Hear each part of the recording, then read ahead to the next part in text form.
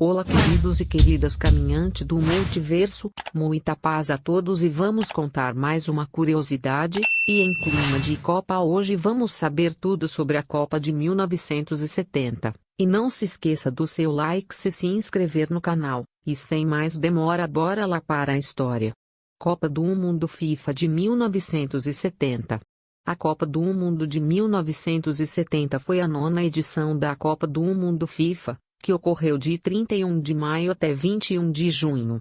A competição, conquistada pelo Brasil, foi sediada no México, tendo partidas realizadas nas cidades de Guadalajara, León, Cidade do México, Puebla e Toluca. 16 seleções nacionais foram qualificadas para participar desta edição do campeonato, sendo 9 delas europeias: União Soviética, Bélgica, Itália, Suécia, Inglaterra, Romênia, Tchecoslováquia, Alemanha Ocidental e Bulgária, 5 americanas, México, El Salvador, Uruguai, Brasil e Peru, uma asiática, Israel, e uma africana, Marrocos. As seleções de El Salvador, Israel e Marrocos faziam sua primeira participação na competição. A edição teve uma grande goleada, México 4-0 El Salvador. A Copa contou com grandes jogadores, como Lev Yashin, do União Soviética, Sepp Maier, Gerd Müller, Uli Seeler, Karl-Heinz Schnellinger, Franz Beckenbauer e Wolfgang Overath, da Alemanha Ocidental. Dino Zoff, Giacinto Facchetti, Roberto Rosato, Sandro Mazzola, Luigi Riva, Gianni Rivera e Roberto Boninsegna, da Itália. Gordon Banks, Bob Moore, Geo Forst, Martin Peters e Bob Charlton, da Inglaterra. Teófilo Cubillas, do Peru. Mazurkiewicz e Pedro Rocha, do Uruguai. Pelé, Jairzinho, Tostão, Rivelino, Gerson, Clodoaldo, Piatza e Carlos Alberto Torres, do Brasil. Esta Copa ficou marcada por vários lances geniais de Pelé que não terminaram em gol, como uma cabeçada defendida pelo goleiro inglês Gordon Banks e que ficou conhecida como a defesa do século, o chute de antes do meio de campo contra o goleiro Victor da Tchecoslováquia que ficou conhecido como o gol que o Pelé não fez, além de um drible de corpo contra o goleiro uruguaio Mazurkiewicz. Numa das semifinais desta Copa, ocorreu o chamado Jogo do Século, disputado entre as equipes da Alemanha Ocidental e da Itália. A partida permanecia 1-0 para a Itália até os 90 minutos, quando Karl-Heinz Schnellinger empatou a partida e levou a decisão para a prorrogação. Nessa prorrogação, ambas as seleções protagonizaram uma sucessão de viradas de placar até que a Itália firmou a vitória em 4-3. Esta partida é tida como a primeira e única em todas as Copas a ter 5 gols feitos na prorrogação. Além destas equipes, uma das seleções favoritas era o Brasil que, embora tenha tido um retrospecto ruim em 1966, montou uma equipe repleta de estrelas, como Pelé, Jairzinho, Tostão, Rivelino, Gerson, Clodoaldo, Piatza e Carlos Alberto Torres. Nesta edição, o Brasil venceu todos os jogos das eliminatórias e da Copa. Esta equipe mostrou ser uma das mais eficientes de todos os tempos e foi considerada a melhor de todos os tempos. A final desta edição foi disputada pelo Brasil, que havia eliminado o Uruguai e o Peru, e a Itália, que eliminara a Alemanha Ocidental e o México. A partida foi realizada em 21 de junho no Estádio Azteca na Cidade do México, com um público estimado em 108 mil pessoas. Sob o apito do árbitro alemão Rudolf Loechner, o primeiro tempo terminou empatado em 1-1. Ao final dos 90 minutos, o placar era de 4-1 para a equipe brasileira. O título serviu de propaganda política, quando o país estava no auge da ditadura militar brasileira. Este título também pôs o Brasil como a primeira seleção a ser tricampeã, confirmando a superioridade brasileira em relação ao futebol mundial. O capitão Carlos Alberto Torres levantou a taça Jules Rimet entregue pela última vez em Copas, agora em caráter definitivo. Escolha da sede: Argentina, Austrália, Colômbia, Japão, México e Peru foram considerados para serem anfitriões da Copa do Mundo FIFA de 1970. O México foi escolhido durante as Olimpíadas de Tóquio como a nação sede através de uma votação no Congresso da FIFA em Tóquio, em 8 de outubro de 1964, vencendo a única outra proposta apresentada pela Argentina. O fato de a cidade do México ser a sede dos Jogos de 1968 pesou favoravelmente. O país já teria estrutura suficiente para bancar uma Copa. A altitude quase atrapalhou o desejo mexicano. O torneio tornou-se a primeira Copa do Mundo sediada na América do Norte e a primeira a ser realizada fora da América do Sul e Europa. 16 anos depois, o México se tornaria o primeiro país a sediar a Copa do Mundo FIFA pela segunda vez, no evento de 1986, depois que o país anfitrião original, a Colômbia, desistiu por problemas financeiros. A Copa de 2026 pela terceira vez terá o México como sede, compartilhada com Estados Unidos e Canadá, vencendo Marrocos por 134 votos a favor contra os 65 votos, na eleição realizada pela FIFA em 13 de junho de 2018. Eliminatórias. Um total de 75 times se inscreveram para as eliminatórias. Notáveis equipes como Portugal, França, Hungria, Argentina e Espanha falharam em obter a classificação. Enquanto isso, o Marrocos tornou-se a primeira seleção africana a participar das finais da Copa desde a Segunda Guerra Mundial. Fase final. Primeira fase. A Copa de 1970 foi, como de costume, precedida por disputas sobre sua organização. Esta Copa foi a primeira a ser televisionada em cores. Porém, para que as transmissões se encaixassem melhor nas programações da televisão europeia, algumas partidas começaram ao meio-dia. Esta foi uma decisão impopular entre muitos jogadores e treinadores por causa do intenso calor no México neste período do dia. O formato da competição permaneceu o mesmo da Copa anterior, 16 equipes classificadas, divididas em 4 grupos com 4 que se enfrentariam em turno único. Os 2 primeiros colocados classificar-se-iam às quartas de final. Porém, pela primeira vez nas Copas, o critério de desempate no caso de igualdade de pontos na fase de grupos era o saldo de gols, e não mais jogos desempate igual a average, e se 2 ou mais times tivessem o mesmo saldo de gols, o desempate se daria por sorteio. Se uma partida das quartas ou das semifinais resultasse num empate após a prorrogação, também haveria sorteio para definir a equipe classificada. Pela primeira vez, substituições foram permitidas em Copas do Mundo. Cada time poderia fazer 2 alterações durante o jogo. A União Soviética foi o primeiro time a se utilizar do expediente contra o México na partida de abertura. Viktor Serebrennikov foi o primeiro jogador a ser substituído, pois Anatoly Pusash entrou em seu lugar após os 45 minutos iniciais. Esta Copa também foi a primeira a apresentar o uso dos cartões amarelo e vermelho para advertências e expulsões respectivamente. Note que as advertências e expulsões já existiam antes de 1970. 5 cartões amarelos foram mostrados na partida de abertura entre México e o RSS, enquanto nenhum cartão vermelho foi mostrado em todo o torneio. A controvérsia cercou a Copa antes mesmo que uma bola fosse chutada. Bob Moore, capitão da seleção inglesa, foi acusado de roubo a uma joalheria, e subsequentemente preso, na Colômbia, onde o time fazia um amistoso pré-Copa.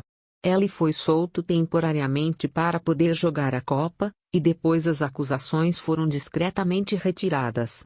No grupo 1, os donos da casa não decepcionaram sua torcida e se classificaram junto com a União Soviética, ainda que houvesse algumas controvérsias nas vitórias mexicanas de 1-0 sobre a Bélgica e de 4-0 sobre El Salvador. O grupo 2 apresentou exatos 6 gols em 6 jogos com Itália, atual campeã europeia, e Uruguai, atual campeão sul-americano, prevalecendo sobre Suécia e a surpreendente seleção de Israel após uma série de partidas pouco empolgantes. Desse grupo, porém, acabaria saindo 2 dos 4 semifinalistas. Os primeiros grandes momentos desta memorável Copa do Mundo ocorreram no grupo 3, no qual o bicampeão Brasil e a defensora do título, Inglaterra, se somaram às fortes equipes europeias da Tchecoslováquia e Romênia. Na revanche da final da Copa de 1962, os brasileiros começaram perdendo para os tchecoslovacos, mas conseguiram reagir e acabaram por vencer a partida por 4-1. Pelé marcou um dos gols, mas o lance dele que ficaria marcado para sempre nesta partida foi a tentativa efetuada do meio de campo que quase bateu o goleiro Ivo Victor. A bola passou rente à trave. O choque de campeões entre a seleção canarinho e o English Town atendeu às expectativas.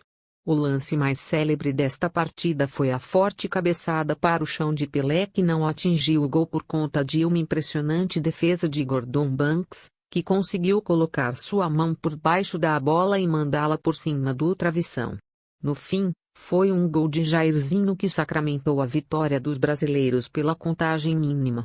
Na última rodada, a Romênia impôs dificuldades ao Brasil, mas o time de Zagallo acabou vencendo por 3-2. A Inglaterra também passou a segunda fase, batendo romenos e tchecoslovacos pela contagem mínima. No grupo 4, o Peru com seu estilo ofensivo conseguiu uma importante vitória contra a Bulgária por 3-2, após estar perdendo de 2-0 no intervalo. Marrocos começou bem sua primeira partida contra a Alemanha Ocidental, saindo na frente. Mas os alemães conseguiram a virada por 2-1. Os alemães também começaram atrás contra os búlgaros, mas um hat-trick de Gerd Müller ajudou na virada, que acabou em 5-2. Müller marcou mais um hat-trick na última rodada com o placar de 3-1 dos alemães contra os peruanos. No fim, o Peru acabou avançando junto com a Alemanha Ocidental, pois havia vencido Marrocos por 3-0, com 3 gols em 11 minutos. Segunda fase. Nas quartas de final, uma transformada Itália bateu o México por 4-1, de virada. Os donos da casa saíram na frente com um gol de José Gonzalez, mas Gustavo Pena marcaria um gol contra empatando a partida antes do intervalo. A Itália dominou o segundo tempo. 2 gols de Luigi Riva e um de Gianni Rivera trouxeram o jogo ao seu placar final. Em Guadalajara, o caminho do Peru acabaria com a derrota de 4-2 para o Brasil após uma partida que demonstrou dois times ofensivos. A partida entre Uruguai e União Soviética permaneceu sem gols até 5 minutos antes do fim da prorrogação, quando Victor Esparrago conseguiu arrancar um gol e classificando os sul-americanos. A última quarta de final foi uma revanche da final da Copa anterior entre Inglaterra e Alemanha Ocidental, produziu uma das grandes partidas da história da Copa do Mundo. A Inglaterra sofreu um duro golpe antes do jogo, quando Gordon Banks sofreu severas dores de estômago. Seu reserva Peter Bonetti assumiu a posição, e no começo do segundo tempo os ingleses lideravam por 2-0 e o jogo aparentava já estar decidido. Porém, a Alemanha marcou com Franz Beckenbauer no minuto 68. Em pânico, o técnico inglês Alf Ramsey decidiu substituir Bob Charlton. Sem Charlton, a Inglaterra não conseguia mais se firmar na partida e não conseguia conter os incessantes ataques alemães. A 8 minutos do fim, o Seeler cabeceou para marcar o gol de empate. A Alemanha Ocidental agora era a dona do jogo e, na prorrogação, com um erro de Bonetti, Gerd Müller marcou o gol da vitória, impossibilitando a defesa do título por parte dos ingleses. As semifinais apresentaram 4 times que já haviam vencido a Copa no passado: Brasil vs Uruguai, numa revanche da partida final da Copa de 1950, e Itália vs Alemanha Ocidental. No jogo entre os sul-americanos, o Brasil conseguiu bater o Uruguai por 3-1 de virada.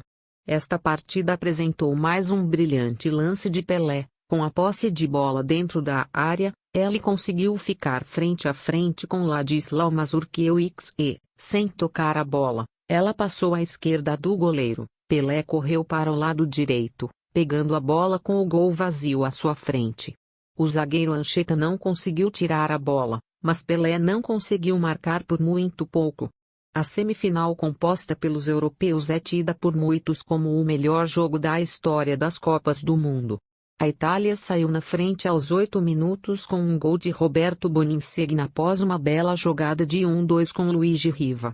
A Alemanha Ocidental pressionou em busca do empate pelo resto do jogo, até o final quando Karl-Heinz Schnellinger, que jogava na equipe italiana do AC Milan, marcou o gol de empate nos acréscimos. Na prorrogação, Gerd Müller virou a partida para os alemães no minuto 94. E Tarcísio Burgnisch empatou novamente. No minuto 104, Riva marcou o terceiro gol italiano sob a meta de Sepp Maier, mas Müller uma vez mais marcaria, 6 minutos depois. A direção de TV ainda estava mostrando a repetição desse gol quando o meio-campista italiano Gianni Rivera, desmarcado perto da marca do pênalti, voleou um belo cruzamento de Boninsegna para o gol da vitória no minuto 111. Franz Beckenbauer jogou parte da partida com uma clavícula quebrada após tentar simular uma falta na prorrogação. Como Helmut Schön, técnico da Alemanha Ocidental, já havia feito as 2 substituições permitidas, Beckenbauer ficou com o braço numa tipoia. A partida é tida como o jogo do século, também conhecido como a Partita del Secolo na Itália e Jahrhundertspiel na Alemanha. Um monumento no Estádio Azteca na cidade do México homenageia o jogo. A Alemanha Ocidental conseguiu o terceiro lugar ao bater o Uruguai por 1-0. Final. Na final, o Brasil saiu na frente, com Pelé cabeceando um cruzamento de Rivellino no minuto 18. Roberto Boninsegna empatou para os italianos após falha da defesa brasileira. Gerson bateu um forte chute para o segundo gol, e ajudou na marcação do terceiro, com um lançamento de falta para Pelé que cabeceou para Jairzinho. Pelé finalizou sua grande performance saindo da marcação da defesa italiana e assistindo Carlos Alberto Torres no flanco direito para o gol derradeiro. O gol de Carlos Alberto, após uma série de passes da seleção brasileira da esquerda para o centro, é considerado pela BBC o gol mais bonito de todos os tempos. Dos 11 jogadores do time brasileiro, 10 tocaram na bola antes do gol. A vitória consagrou o Brasil como a primeira equipe a conquistar 3 títulos na história das Copas. Com sua terceira vitória após 1958 e 1962, o Brasil pôde reter a posse da taça Jules Rimet permanentemente. Ironicamente, ela seria roubada em 1983 enquanto estava em exposição no Rio de Janeiro e nunca foi recuperada. O técnico brasileiro Mário Jorge Lobo Zagallo foi o primeiro futebolista a se tornar campeão mundial como jogador, 1958 e 1962, e como técnico, e Pelé encerrou sua carreira nas Copas do Mundo como o primeiro, e até agora único, vencedor por 3 vezes. Jairzinho marcou pelo menos um gol em cada um dos 6 jogos do Brasil. No primeiro jogo, contra a Tchecoslováquia, ele marcou 2, um feito que até agora não foi repetido. Porém, o artilheiro do torneio foi Gerd Müller, da Alemanha Ocidental, com 10 gols. Müller conseguiu marcar hat-tricks em 2 jogos consecutivos, contra a Bulgária e contra o Peru na fase de grupos. Mascote. A mascote oficial da Copa do Mundo foi Juanito, um garoto vestindo o uniforme da seleção mexicana e um sombreiro. Sedes. 5 cidades sediaram o torneio: Guadalajara, Estádio Jalisco; León, México, Estádio Nou Camp; Puebla de Zaragoza, Estádio Cuauhtémoc; Toluca, Estádio Nemésio Diez;